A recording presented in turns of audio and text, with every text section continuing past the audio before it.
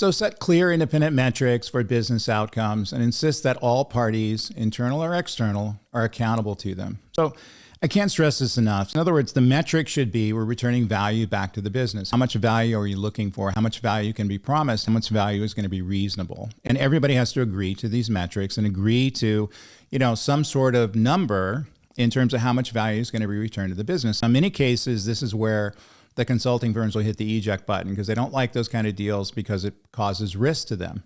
Because in many cases, you're able to withhold payment after they provide services because they're unable to leverage, live up to the metrics that we agreed upon. But I'd insist upon it. I always work with consulting organizations and my own clients that way. In other words, we're agreed upon what I'm doing there, how much I'm going to be compensated, and how much value is going to come back to the business. And I can't live up to that expectation, or if I can't make that goal, then I'm not going to get paid. I think it's perfectly fair. So at the end of the day, you should be building a cloud capability that belongs to your team, not renting expertise indefinitely. So I can't stress this enough.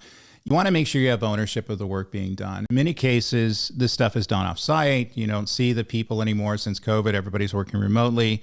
But you need to make it understood that any artifacts, any work product, anything that relates to, value or services that were rendered for your particular enterprise needs to be owned by that enterprise. Can't stress that enough. So don't let people abscond your strategy. Take it offsite, take it into the domain of a consulting company, and take ownership of it that way. You're not going to have a situation that's going to end well.